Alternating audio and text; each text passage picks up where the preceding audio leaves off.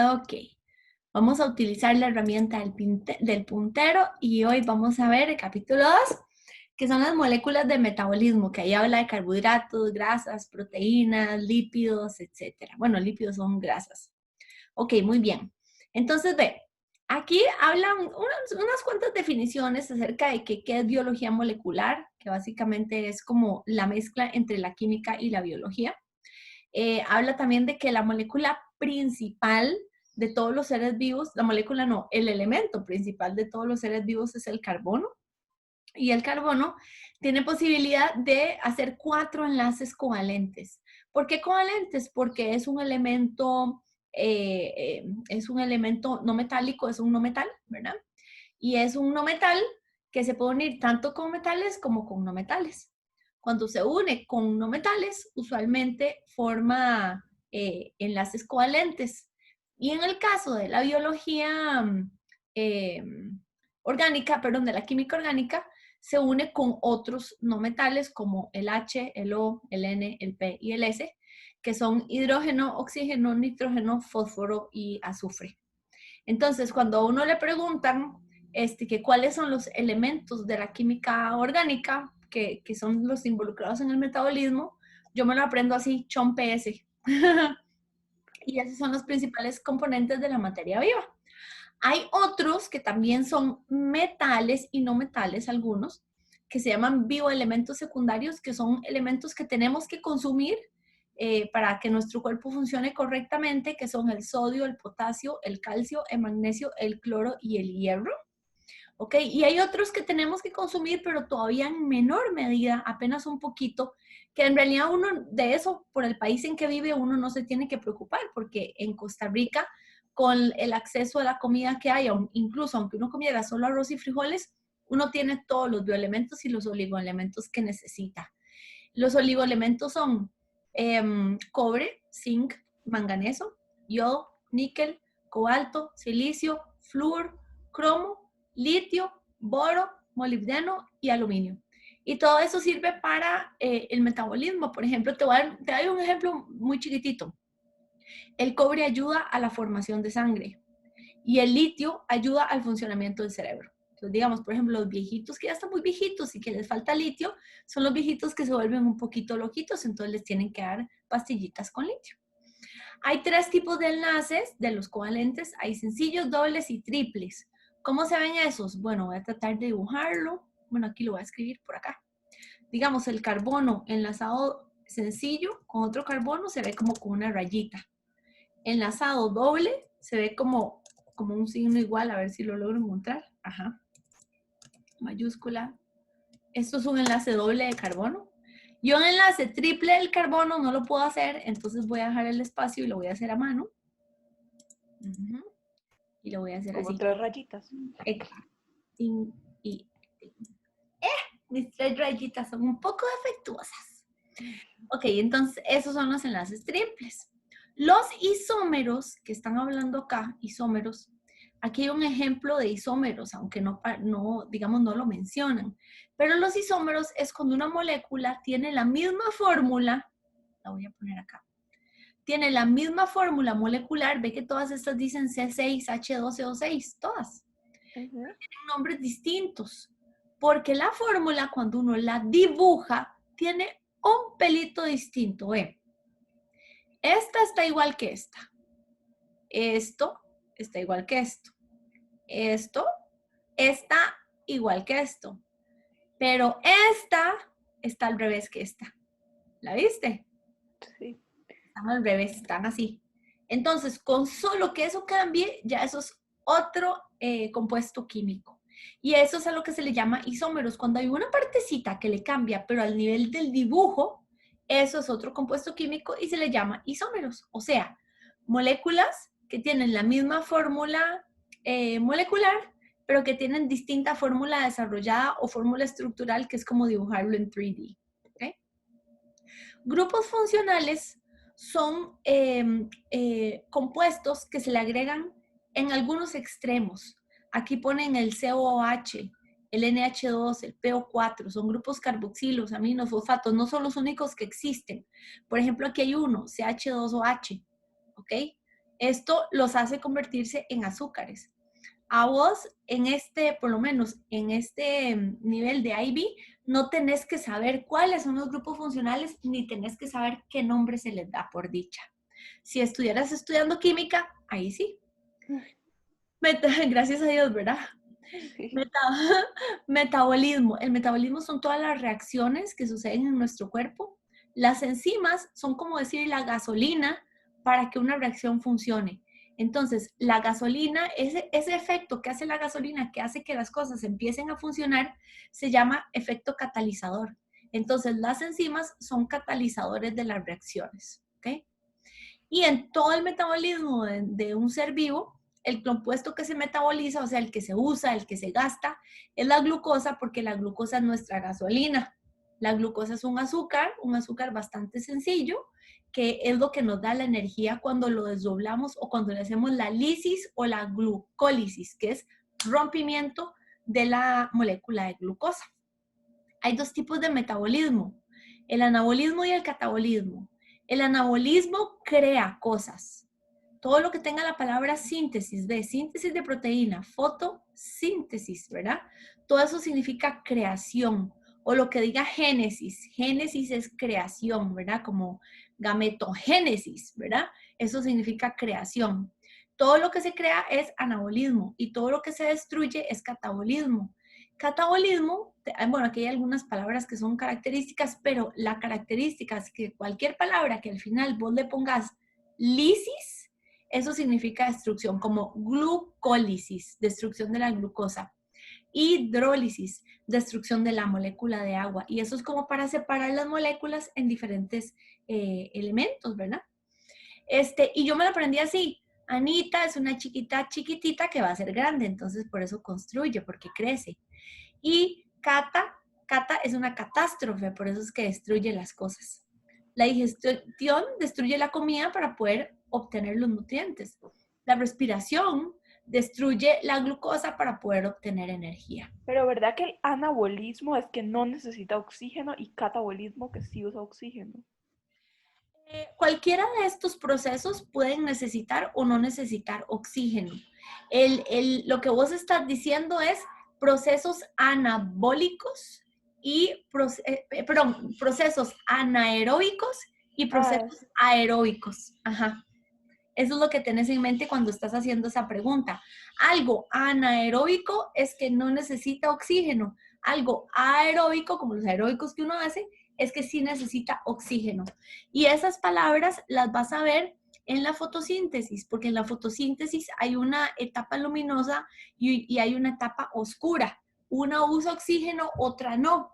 También vas a ver esas dos palabras en, a ver, reacciones aeróbicas y anaeróbicas. Eh, También lo vas a ver en la fermentación. En la fermentación también vas a ver, la fermentación es anaeróbica porque es cuando sucede sin oxígeno, que es parte, es como decir, algo secundario de la respiración celular. Y cuando no sucede fermentación, que estamos respirando, es que es algo aeróbico porque cuando respiramos necesitamos oxígeno. ¿Qué te parece esa aclaración? ¿Sí? perfecto, sí. Ok, perfecto. Bueno, aquí hablan también del agua. En realidad, del agua lo que hay que conocer son pocas cosas. El agua es H2O y el hecho de que se esté uniendo el H con el O, ese tipo de enlace se llama puente de hidrógeno. El puente de hidrógeno del agua, aunque los puentes de hidrógeno son enlaces fuertes, el puente de hidrógeno del agua es débil. Por eso es que hay muchos puentes de hidrógeno en el agua, porque el agua es H2O, H2O, H2O, H2O, ¿verdad? Este, Ahora, un puente de hidrógeno no solamente es la unión de H con O, sino que puede ser la unión de H con F, H con O H con N, o sea, H con FON, ¿ok? El agua tiene características cohesivas y adhesivas. Las características cohesivas es que el agua, ¿cómo te digo? El agua se agrupa. Entonces, es por ese motivo que el agua puede entrar por un tallo, porque una vez que llega una molécula se agrupa otra y otra y otra y otra y otra, ¿ok? Y la característica adhesiva es que El agua atrae moléculas polares. ¿Qué significa? El agua es polar. H2O es un compuesto polar. Un compuesto polar es que hay diferencias de electronegatividad grandes entre sus elementos, entre el H y el O.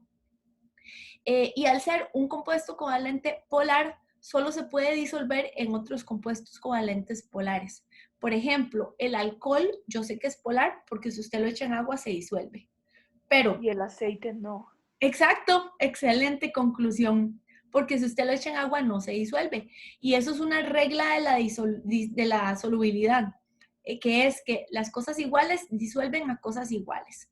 Lo polar disuelve polar, lo no polar no va a disolver a algo que sea polar. Entonces, por ejemplo, un chicle que es un polímero, es imposible que lo quites con agua. Tendrías que quitarlo con algo que fuera no polar. Un chicle probablemente se va a quitar mucho más fácil con aceite que con agua. Ok, pero bueno, un chicle es difícil de quitar. Ok, el agua también tiene capilaridad, que es que el agua asciende por conductos. ¿Y ahí por qué dicen asciende? Si usted mete una servilleta en un vaso de agua, la servilleta se moja para arriba. Haga la prueba, uno nunca lo observa, pero la servilleta se moja para arriba, o sea, el agua empieza a correr para arriba. Usted no necesita que el agua esté corriendo para abajo para que la moje. Eso es capilaridad, que actúa como si fueran venitas, ¿verdad? El agua tiene calor específico, en realidad todos tenemos calor específico, que es cuánto calor necesitamos o cuánta energía necesitamos para que ese cuerpo, esa sustancia, ¿verdad? Suba 1 grado centígrado de temperatura. También tiene calor latente de vaporización, que es cuánto calor o cuánta energía tengo que yo inyectarle al agua para que se evapore totalmente. Y tiene un punto de ebullición, que es la temperatura máxima después de la cual empieza a evaporarse. Que entre más alto esté uno o más lejos del nivel del mar, se necesita menos temperatura para que el agua se evapore. Entonces, si usted está en el monte Everest, probablemente el fuego que usted tenga o la temperatura de la parrilla que usted tenga no tiene que ser 100 grados centígrados para que el agua se evapore. Porque entre menor presión de la atmósfera se ocupa menor temperatura para que se evapore. El agua es un disolvente universal, disuelve prácticamente todo, excepto las grasas y bueno, cualquier otro compuesto que sea no polar. Por ejemplo, un compuesto no polar es la gasolina. La gasolina no se disuelve en el agua. De hecho, si uno echa gasolina en el agua, uno ve que el agua se ve como un arco iris, ¿verdad? Porque aunque está metida en el agua, no se mezcla con el agua. Ok, los glúcidos y los lípidos. Glúcidos son los carbohidratos y lípidos son las grasas. Los carbohidratos tienen solamente 3 elementos que son CHO en una relación de 1-2-1. ¿A qué me refiero con eso? Me refiero que si yo tengo, voy a escribirlo mejor a mano, que si yo tengo C6, voy a tener H doble y voy a tener O igual en 6. ¿Se entiende esa explicación? Sí. Sí. Ok. Así, así y así. O sea que si yo tuviera por decirte algo, más bien, esta tal vez me la decís vos, si yo tuviera C8, ups, qué fea me quedó la C, ¿cuánto tendría yo de H? 16. ¿Y cuánto tendría de O? 8. Muy bien. Good job. Ok. Vamos a hablar puntero de nuevo. Ok. Hay tipos de carbohidratos dependiendo de qué tan complejos son. Los más sencillos son carbohidratos que tienen hasta máximo 3 carbonos, son los monosacáridos. Algunos ejemplos de monosacáridos son la glucosa. Luego están los disacáridos, que tienen desde 3 hasta 6, si no me equivoco. No, mentira, desde 3 hasta 12. Desde 3 hasta 10, ya me enredé. Los olisacáridos tienen más de 10 y los polisacáridos más de 10 y hasta 40. Y los polisacáridos son los que tienen más de 40 carbonos. Ahora, ¿por qué se llaman mono, di, oligo y poli? porque un di tiene 2 monosacáridos. Un oligo puede tener más de 2 monosacáridos, porque si tuviera 2, sería di. Y un poli puede tener un montón hasta el infinito y más allá, ¿verdad? Aquí pusieron ejemplos de monosacáridos, glucosa, galactosa, fructosa, que todos esos tienen la misma fórmula, pero son isómeros. De hecho, esa formulita la vimos aquí arribita cuando nos dieron el ejemplo, ¿viste? Glucosa, galactosa, fructosa. Ok. Muy bien. Las funciones de los carbohidratos, o sea, los glucólidos, es que dan energía, también dan nutrición y también tienen una función estructural porque son azúcares que están en el ADN y en el ARN. ARN es la ribosa y ADN es la desoxirribosa, por eso se llama ácido ribonucleico y ácido desoxirribonucleico. ¿Ok? Esta condensación es cuando hay varios monosacáridos que se unen, así se llama la unión. Y entonces forman esos disacáridos, olisacáridos y polisacáridos. Aquí están los números, mira, y yo tratando de acordármelos. Bueno, lo dije bien, eso es lo bueno. Ok, ejemplos de disacáridos: lactosa, sacarosa, maltosa. Ejemplos de oligosacáridos, aquí no los pusieron, pero bueno, por ejemplo, ahí pusieron la lactosa, sí, lactosa, sacarosa, maltosa. Busquemos ejemplos de oligosacáridos. Vamos a ver, Google, oligosacáridos, ejemplos. Solo porque es bueno de repente tener algunos nombres. Rafinosa, qué raros nombres. Rafinosa, la sacarosa de mesa, el azúcar de mesa no es solo sacarosa, ¿verdad? Que es glucosa más fructosa. Maltosa, guácala, odio la malta. El azúcar de la malta es súper amargo. Ok, muy bien, entonces ya tenemos algunos. Vamos a devolvernos aquí. Y los polisacáridos, que son un montón, que hay varios que son importantes para nosotros. El glucógeno, que es la forma en que nosotros acumulamos azúcar en la sangre en los animales. La celulosa, que es la forma en que las plantas acumulan azúcar en la pared celular y es la que hace que la pared celular sea durita. Y el almidón, que también es la forma en que las plantas acumulan azúcar, pero no en la pared celular, sino principalmente en los tubérculos, como la papa, por ejemplo. O sea, polisacáridos en realidad no se comen, es como que está almacenado. Bueno, sí, técnicamente uno no los consume, exactamente. Nosotros los seres humanos, digamos, sí consumimos glucógeno, celulosa y almidón porque nosotros nos comemos otros animales, pero eso no es lo que vamos a utilizar digamos, de la nutrición.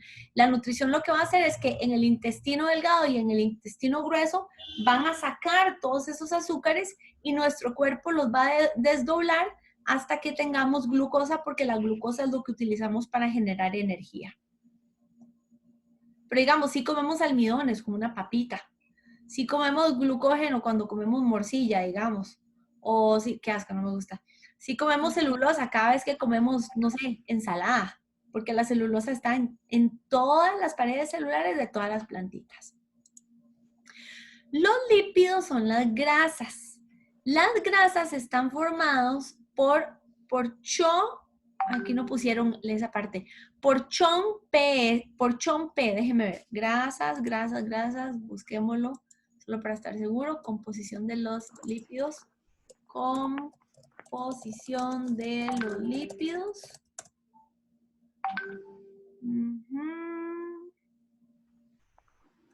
Carbono, hidrógeno y oxígeno. Sí, PS, y también puede tener fósforo y azufre. Entonces, ¿dónde voy? ¿Dónde están? Aquí están los lípidos. Entonces, los lípidos, ¿te acuerdas entonces? Los carbohidratos son CHO y estos son PS. ¿Ok? Tienen de todas las moléculas de los seres vivos. ¿Para qué sirven los lípidos? Bueno, imaginemos una persona gordita, eso nos ayuda mucho. Es almacenamiento energético. O sea, una persona gordita probablemente puede vivir mucho más días en el Amazonas que nosotros. Aislamiento térmico. Nunca has visto un gordito así como muerto de frío, ¿verdad? Más bien siempre andan como sudando. Estructural. Las grasas también están en la membrana celular. De hecho, la membrana celular, más adelante vamos a ver, tiene un sistema de mosaico fluido que tiene una bicapa de fosfolípidos con algunas proteínas incrustadas. Tiene también actividad reguladora porque las grasas pueden disolver vitaminas y hormonas porque resulta que las vitaminas y hormonas son grasas. Entonces, los excesos los puede disolver y los elimina del cuerpo. Flotabilidad, las grasas pesan menos, bueno, son menos densas que el agua, entonces flotan más, ¿verdad? Entonces, si usted está más gordita, no es que se va a ir al fondo de la piscina, va a flotar más. Protección, la grasa nos protege los golpes, por eso es que uno tiene cachetes, ¿verdad? Cerca de los dientes, cerca de los lugares como donde uno no tenga hueso, uno va a tener más grasita. Uno tiene pancita, ¿por qué? Porque en la panza no hay hueso, entonces no hay nada que te proteja el estómago. No sé por qué uno tiene grasa en las nalgas, la verdad, porque no sé ahí qué hay que proteger. Pero fijo, hay algo importante, debe ser la columna vertebral, que si no uno se quiebra o algo. Y tiene también función hormonal, porque como mencioné, las hormonas son grasitas. Entonces, todas las hormonas que se mueven en nuestros cuerpos son grasitas. Ok, hay varios tipos, voy a borrar eso que dibujé. Ok, hay varios tipos de ácidos grasos dependiendo de los enlaces que tengan. Si tienen enlaces sencillos, se llaman ácidos grasos saturados. Y si tienen enlaces dobles o incluso triples, son ácidos grasos insaturados. ¿Ok? Los ácidos grasos insaturados se clasifican en dos. Los monoinsaturados solo tienen un enlace doble. Y los poliinsaturados tienen más de un enlace doble. Si tienen forma cis, la cadena es curvita. Y si tienen forma trans, es nada más como una línea. Ok. Si no hay ácidos grasos, ok, entonces se llaman terpenos o esteroides. Y si sí tienen ácidos grasos, se llaman triglicéridos o fosfolípidos. ¿Ok? Y aquí no es que te van a poner la fórmula, nada más te pueden confundir tratando de darte una definición y vos te volvás loca y, ay, yo no sé de qué están hablando. ¿Ok? Los triglicéridos se llaman triglicéridos. ¿Ok? Eso significa 3 ácidos grasos con glicerina. La manera en que se une un ácido graso con glicerina es un enlace con un éster, que un éster es un grupo funcional. Y usualmente los ésteres son lo que une los ácidos grasos con la glicerina. Después están también los fosfolípidos, como los que están en la membrana celular, que los fosfolípidos son grasas con fósforo. Y los terpenos son los que dan color. Los carotenoides son los que dan color como anaranjadito, rojito. Y la clorofila son los que dan color como amarillito, verdecito. Los esteroides, un ejemplo que está en la membrana es el colesterol. Y las hormonas sexuales también tienen esteroides, como la testosterona y el estrógeno. ¿Okay? Y aquí pusieron esto índice de masa corporal. En realidad el índice de masa corporal no te mide nada relacionado directamente con la grasa, pero sí te mide una relación de cuánto pesas vos en kilogramos dividido entre tu medición de altura en centímetros. Y se supone que el índice de masa corporal tiene que estar más o menos en 22, que está muy bien, o cerca de 22. Si está menos de 22, la persona está muy flaquita. Y si está más de 22, de ahí nos vamos poniendo cada vez más gorditos. Luego las proteínas. Las proteínas están compuestas por aminoácidos. Los aminoácidos se llaman así porque son un grupo amino y un grupo carboxilo. Y existen 20 aminoácidos, de los cuales hay 10 esenciales y 10 no esenciales. ¿Qué significa esto? Estos hay que comerlos. Pero aquí, como te digo, uno no se tiene que preocupar mucho porque en Costa Rica uno está bien, ¿verdad? Uno no está en una situación de pobreza extrema. Bueno, hay gente que sí, obviamente, pero gracias a Dios uno no, ¿verdad? No está en una situación de pobreza extrema y las condiciones de alimentación en Costa Rica son muy buenas. Entonces, usualmente con todo lo que uno come los aminoácidos que necesita. Y si uno tiene duda de si está comiendo los aminoácidos que uno necesita, el arroz con frijoles tiene todos los aminoácidos esenciales, de casualidad. Entonces, por eso es que Costa Rica a nivel de nutrición se encuentra mejor históricamente que el resto de América Latina, por la tradición que sin querer la inventamos bien. Los no esenciales es que no hay que comérselos porque el cuerpo los produce con los esenciales que uno ya se comió. Entonces, una proteína es un grupo de aminoácidos que se llaman polipéptidos, ¿ok? Y esas cadenas, cuando se forman cadenas, se llaman cadenas polipeptídicas. Y la unión entre los aminoácidos se llama enlace peptídico, ¿ok? Que se hace por condensación. Es como que por condensación es que cuando se unen, liberan agua. Si son dos, se llama dipéptido. Si son de 3 hasta 20, oligopéptido. Y si son de 40, o bueno, de 20 y 40 o más, polipéptido. ¿Ok? ¿Dónde se hacen las proteínas en la célula? Se hacen en los ribosomas. Los ribosomas son unas pelotitas que pueden estar en el retículo endoplasmático rugoso, pueden estar libres en el citoplasma y a veces están en el núcleo porque se producen en el nucleoide, si no me equivoco. Entonces, hay varios tipos de proteínas que se clasifican según su estructura. Hay primarias, secundarias, terciarias y cuaternarias. Las primarias son como una cadenita simple, así como una escalerita rectita. Las secundarias son como una escalerita que se parece al ADN, como que lo torcieron como así, déjame enseñarte. Lo torcieron así como three-dimensional, pero en una escalerita, como una escalerita que le hicieron así, ¿verdad? Déjenme ver si puedo. Le hicieron como así. ¡Ay, qué bien me salió! ¿Ok? La terciaria es una secundaria, pero que no solo está torcida así, sino que empieza a torcerse como haciendo vueltitas. Entonces está en 3D, pero no solo la escalerita en línea recta torcida, como hacerle hacia un papel, sino que la haces hacia el papel, lo torces y lo pones para otros lados.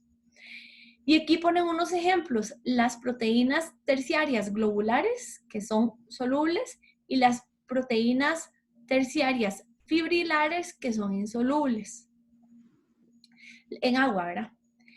Y luego están las cuaternarias, que son muy grandes y se llaman cadenas, bueno, son cadenas, y se dice que están unidos por chaperonas y que forman una pelota.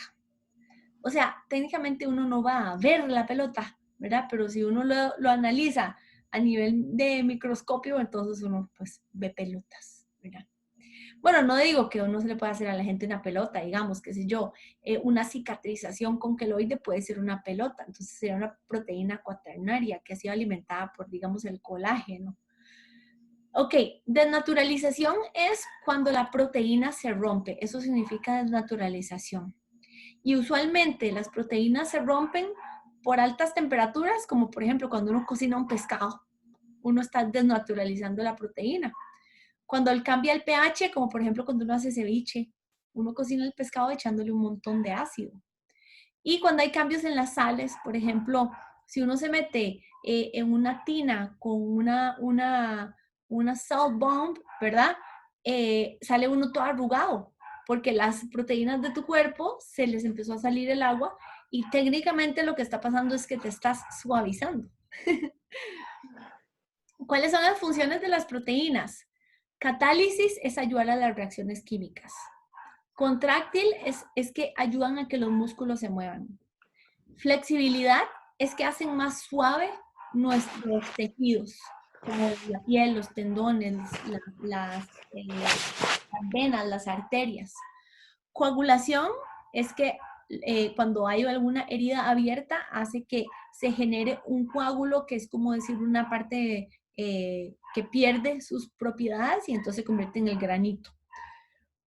Receptores son una unión de comunicación entre la membrana de la célula y el citoplasma para que las hormonas entren. Adherencia celular es algo interesante, eso sobre todo en la membrana plasmática, es que las proteínas pueden pegarse a algunos compuestos que la célula necesita ingerir o que necesita sacar. Y entonces como que se pegan y entonces es como, qué sé yo, como, ¿qué te puedo decir? Como un velcro. Se pega, agarra lo que sea que necesita sacar o meter, lo ayuda a ingresar o a salir por la membrana citoplasmática y ya lo libera y pues se devuelve. Y hormonal, porque transporta hormonas, por supuesto, ¿verdad? Y dentro de esas hormonas también hay algo importante de las proteínas, que es que las proteínas son las encargadas en la sangre de defendernos contra las enfermedades. Entonces, los anticuerpos, que son los glóbulos blancos, son proteínas. Las enzimas, ok, las enzimas, todo lo que sea una enzima termina en asa y todo lo que sea una proteína termina en ina. Entonces, digamos, un ejemplo de aminoácidos de proteínas son como la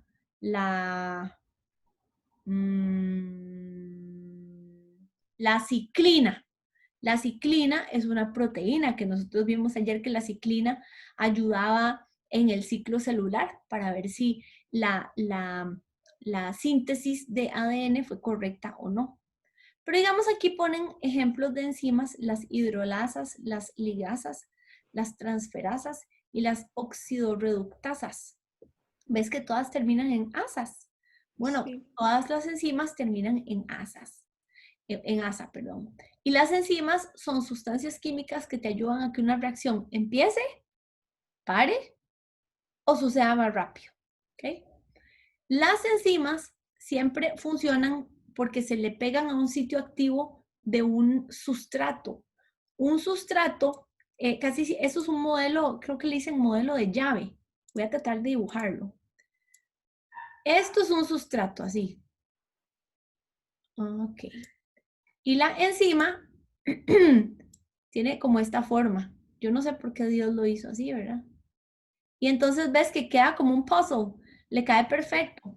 Entonces, el sustrato se le pega a la enzima y eso hace que una reacción metabólica empiece, siga más rápido o se detenga. Y eso se llama, creo que modelo de la llave o algo así se llama. Que se me hizo el puntero. Ok. Las hidrolasas son enzimas que logran una reacción química por rompimiento del agua. Las ligasas forman enlaces con el ATP, que es la energía adenosin trifosfato. Las transferasas forman grupos funcionales como los aminos, los éteres, los ésteres, los ácidos carboxílicos, los alcoholes. Las oxidorreductasas forman reacciones químicas para oxidar. ¿Qué es oxidar? Que el número de valencia o el valor de oxidación del elemento suba. Por ejemplo, logran que un elemento metálico ya no esté solito, sino que se una a un elemento no metálico. Por ejemplo, el sodio, cuando está libre, tiene valencia cero. Cuando está unido en el cloruro de sodio, que es la sal, tiene valencia de 1. Entonces la valencia le subió. Todo lo que le sube la valencia se dice que se oxida. ¿Por qué se dice eso? I have no idea. Mira, aquí está lo del modelo de la llave y la cerradura. Me adelanté a explicártelo. Bueno, las enzimas funcionan mejor o peor dependiendo de la temperatura. Si está algo más calientito, funcionan mejor. Si cada enzima tiene un pH óptimo. Entonces hay enzimas que no aguantan que se baje mucho el pH o que se suba mucho el pH. Y la concentración de sustratos. Las enzimas funcionan más dependiendo de la concentración del sustrato que haya. Por ejemplo, déjame pensar en algo. Cuando uno se toma pastillas, las pastillitas funcionan como enzimas en el cuerpo, ¿verdad? Entonces, digamos, si vos, vamos a pensar en algo, aunque no es el ejemplo exacto porque las pastillas no necesariamente tienen enzimas, ni proteínas, ni nada, ¿verdad? Pero digamos, si a vos te duele la cabeza y solo te tomas la mitad de una Tylenol, seguramente te va a dejar de doler la cabeza, pero vas a durar más tiempo. ¿Ves? Entonces depende de la concentración. Si vos te tomas una Tylenol, tal vez te deja de doler la cabeza ya bien como 1 hora. Si te tomas 2, como media hora. Si te tomas 4, como en 1 minuto. Pero ya sería demasiado, ¿verdad? Ujú. Ok, luego hablan de la estructura de ADN y ARN porque resulta que los ácidos nucleicos son proteínas. O sea, son ácidos nucleicos, son una especie especial de ácidos nucleicos, pero son proteínas. Son proteínas a las cuales se les une un azúcar, la ribosa o la desoxirribosa, y se les une un fosfato. ¿ok? Y por eso son ácido desoxirribonucleico y ácido ribonucleico, ¿ok? ¿Cómo se unen? Ellos tienen unas peguitas. Voy a tratar de hacer un dibujito. El ADN se ve como así, vamos a ver. A ver si lo logro. El ADN es una escalerita así. ¿Ok? Y el ARN es solo rectito. ¿Ok? Entonces, las peguitas, voy a hacer unas peguitas en forma de estrellita. Las peguitas de aquí, aquí, aquí, aquí, aquí, aquí, aquí, aquí. Todas estas peguitas se logran hacer con algo que se llama bases nitrogenadas. Las bases nitrogenadas, Pero la rayita o nada más como donde se pega. nada más donde se pega. ¿Por qué? Porque digamos, las bases nitrogenadas tienen una regla. Solo se pueden unir de cierta manera. Entonces, voy a ponerlo en azul. Resulta que la unión en el ADN es así. Si vos tenés una adenina de este lado, del otro lado vas a tener una timina. Pero en el ARN, si vos tenés una adenina de este lado, del otro lado vas a tener un uracilo. Voy a poner ahora otro color. En el ADN, si vos tenés una guanina de este lado, del otro lado vas a tener una citosina. Y en este también es, sí es igual. Entonces, ¿qué es la única diferencia? La adenina con la timina y la adenina con el uracilo. Si son al revés, qué sé yo, que vos tengas aquí una timina, pues aquí vas a tener una adenina. Y si aquí tenés una citosina, aquí vas a tener una guanina. Aquí si tenés una citosina, vas a tener una guanina. Sí, lo dije bien. Y si te haces un uracilo, vas a tener una adenina. Interesante, ¿ah? Sí. Y te voy a adelantar algo.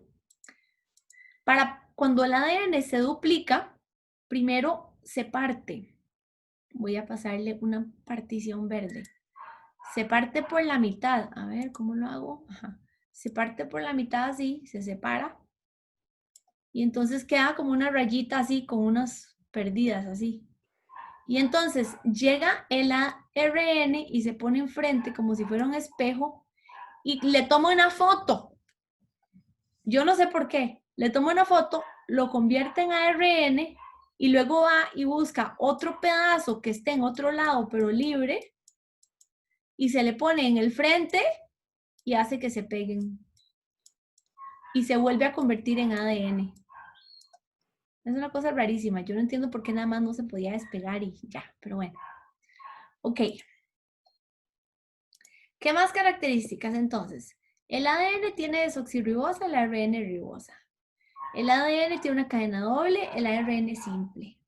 Las bases nitrogenadas del ADN son adenina, timina, guanina y citosina. Y el ARN es igual, pero con uracilo. El ADN sirve para la herencia, el ARN sirve para producir más proteínas. El ADN está en el núcleo, la mitocondria y el cloroplasto, y el ARN está en el nucleolo, que es una parte que está más adentro del núcleo, en los ribosomas y en el citoplasma. ¿Okay? Muy bien. La teoría de que el ADN existía la presentaron estos científicos, Watson y Crick. Y la regla de Chargaff lo que dice es que siempre hay la misma cantidad de bases purídicas como de pirimídicas. ¿Cuáles son las bases púricas y las pirimídicas? Estas son las purinas, la adenina y la guanina. Y las pirimidinas son estas, citosina, timina y uracilo. ¿Por qué se llaman así? Vieras que no tengo conocimiento. Me imagino que hay alguna explicación de la composición o lo que sea. Y no sé qué significa purina y no sé qué significa pirimidina, pero pues no ocupamos saber. Ok. Ay, mira, me adelanté con cómo se duplicaba el ADN. Bueno, yo te lo expliqué arriba como muy en general, pero aquí estos pasitos, yo sí quiero que te los aprendas. Cuando estés haciendo el repaso, tal vez colocarlos como en una lista, ¿ok? y te los aprendes porque no tienen una mayor explicación, ¿verdad? Lógica, pero son los pasos en que se duplica el ADN. Entonces, primero, la helicasa, que es una enzima, rompe los puentes de hidrógeno de las bases. Voy a quitar esto. Lo voy a hacer más chiquitito para que se vea mejor. Ahí. Ahora sí, lo voy a volver a poner. Desde aquí hasta aquí. Entonces, la helicasa rompe los puentes de hidrógeno de las bases y se generan dos cadenas molde que van en dirección 5 a 3. ¿Por qué dicen 5 a 3? Porque el ADN tiene 5 carbonos. Entonces, se hace un corte en el carbono 3, o sea, queda el 5, el 4 y el 3 juntitos. Ay, se me metió algo en el ojo. Y el carbono 2 y el carbono 1 quedan flotando en otro lado. Porque el carbono 2 y el carbono 1, esos espacios finales, luego se usan para pegarse a otra cadena de ADN. Y eso le llaman aquí abajo los fragmentos de Okazaki. ¿Ok? Entonces, se parte la cadena y llevas un chonquito que va del carbono 5 al 3. Luego, la primasa crea otra cadena, pero de ARN que se llama primer. La ADN polimerasa usa ese primer y atrae otras bases nitrogenadas, pero que vengan al revés, que vengan 3 a 5. Luego, la ARN primasa, todo lo que es asa, son enzimas. Forma los primers a lo largo de la cadena, que es como imagínate que es como una gomita. La polimerasa 3 junta los primers y forma los fragmentos de Okazaki.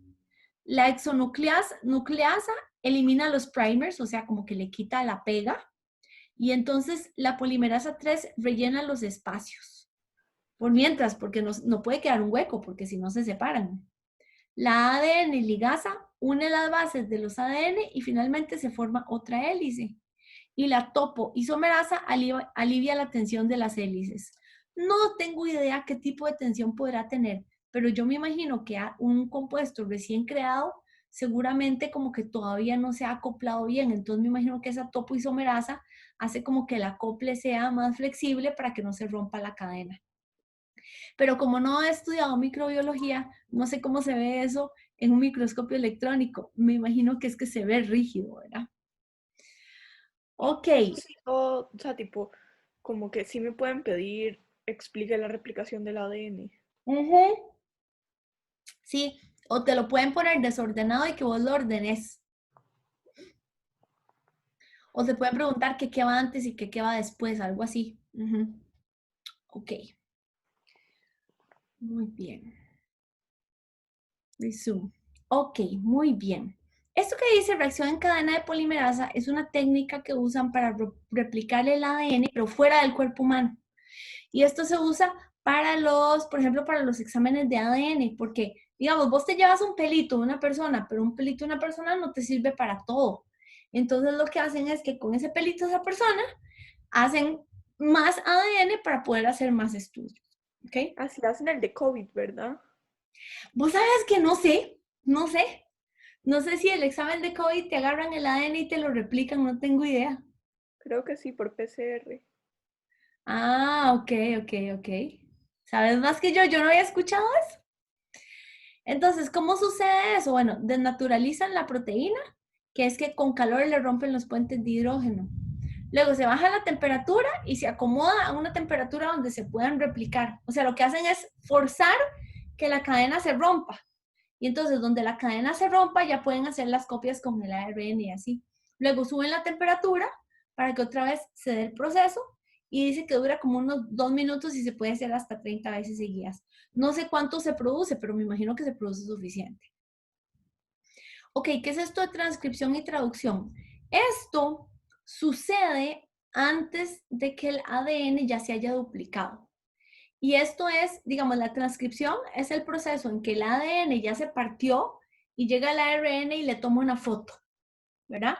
Al tomarse una foto, las bases cambian, porque, digamos, si había adenina, la foto que queda en el ARN es timina. Si había, perdón, es uracilo, porque en el ARN no hay timina. Si había una guanina, la foto que queda en el ARN es una citosina, y así, ¿verdad? Luego, ese ARN que es el ARN mensajero, va y busca otra cadena. Y entonces como que le pasa la información de la foto. Y eso se llama la traducción. Esa es la traducción. Entonces, cuando ya le pasa la información de la foto se la pasa por un ARN que es conocido como ARN de transferencia, ARNT. Y entonces así es como le pasa la foto y ya finalmente se crea la cadena. Entonces, aquí te lo voy a leer. La ARN polimerasa separa el ADN en dos cadenas. Los nucleótidos libres, que son las partes del ADN, se van colocando frente a los nucleótidos de las cadenas, o sea, los nucleótidos que forman el ARN. El ARN polimerasa une las bases y la cadena de ARN mensajero se separa del ADN, que ya le tomó la foto, con la información genética, o sea, como con la receta de cocina. Luego, durante la traducción, el ARN mensajero que salió de aquí llega al ribosoma. En el ribosoma cambia la información de regreso. O sea, si había, por ejemplo, AUG, la convierte en UAC, ¿ok? Porque con adenina va uracilo, con uracilo va adenina, con guanina va citosina. Y el ribosoma tiene tres sitios. Uno donde entra el ARN transferente. Otro donde hay un peptidil ARNT y otro donde ya sale el ARN de ¿Qué transferencia. significa ARNT? ARNT es el ARN que va a llevar la información de lo que había originalmente en el ADN a buscar otra cadena de ADN y pegárselo. La única diferencia es que cuando venía del núcleo, el ARN se llamaba ARN mensajero porque viene con un mensaje. Cuando entra al ribosoma, se convierte ese mensaje en ARNT, ARN de transferencia, porque le va a transferir la información a otro anticodón para que se convierta ya en ADN y se junte la hélice. ¿Sí? ¿Más o menos? Sí. Ok. Y aquí ponen esto por ahí, yo creo que es como important information, nada más, que hay 64 tripletas, o sea, hay 54 formas de formar aminoácidos. All right. Muy bien. No sé si entrar en respiración celular de un solo, creo que te voy a enredar mucho. No, vamos a hacer pausa aquí y separamos respiración celular y fotosíntesis. No sé, ¿cómo andas? ¿Cómo andas? ¿Crees que aguantas? ¿Más información por hoy? A mí la verdad es que genética no me cuesta nada. Podemos revisar a ver si necesito algo, pero yo creo que hasta no lo podríamos saltar. Ok, no, pero respiración celular y fotosíntesis. Sí, está bien. Sí, No, en el mismo video, no importa. Sí, en el mismo video. Pura vía. Entonces, ve, algo importante a tomar en cuenta es que la respiración celular es lo opuesto a fotosíntesis, ¿ok? Y voy a subrayar por qué. Esta es la fórmula de la respiración celular. Como que me salió torcida. Ah, ya sé cómo voy a hacer. Undo, undo, undo. Ah, sí. Así que me quedé gordita. Ay, pero me quedó flaca. A ver, aquí, ya. Ahora lo tacho, fijo. ¡Oh, no! Jesus. A ver. Y es que no hay... Ya, voy a tratar con flecha. ¡Jesucristo! Ok, ya, me rindo. Ok. Bueno, la fórmula... ¡Wow! Esto sí quedó grueso. La fórmula de la respiración celular dice que vos necesitas lo siguiente. Que necesitas... Ay, ay, ay, ay, ay. Oxígeno. Que necesitas glucosa y que vas a producir dióxido de carbono, agua y energía. ¿Ok?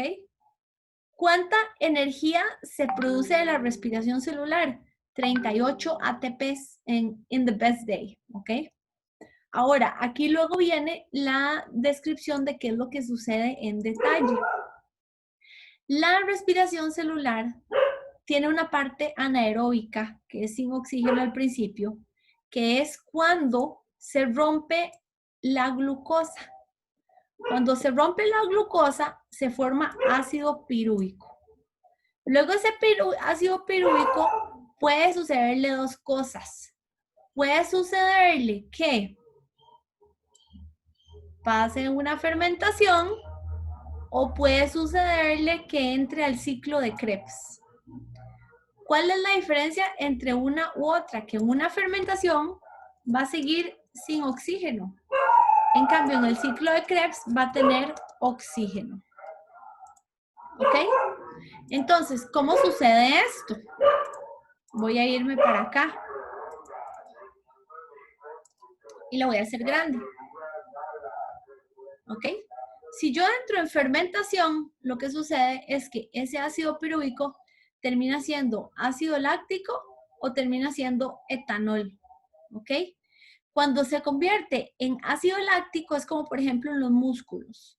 Y cuando se convierte en etanol es un alcohol. Entonces esto es lo que sucede en todos los alcoholes.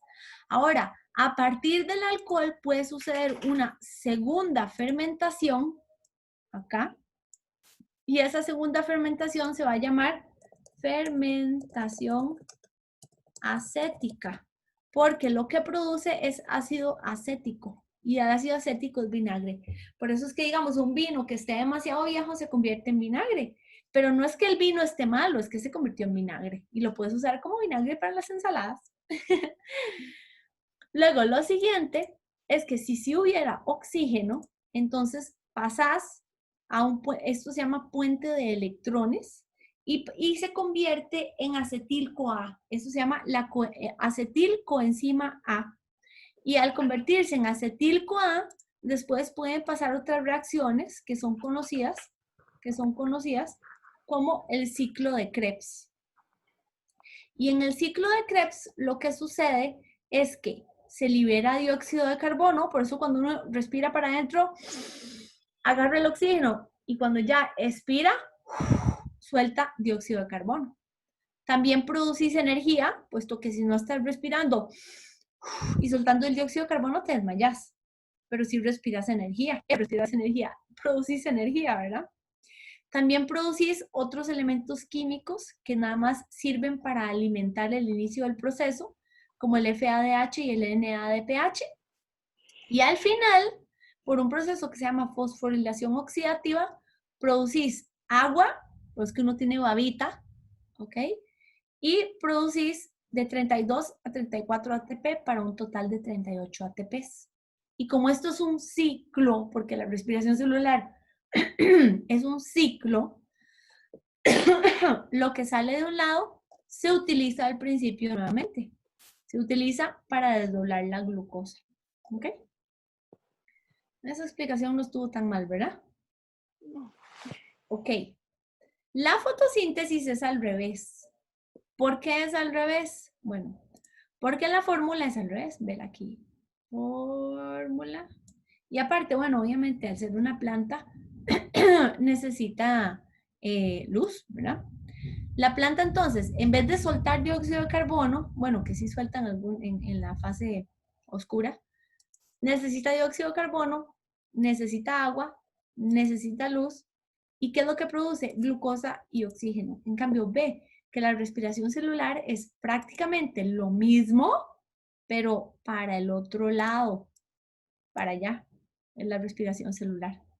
Y con la excepción de que la respiración celular no produce luz. ¿Se imagina uno respirando y produciendo luz? That would be so funny. Ok. Produce ATP.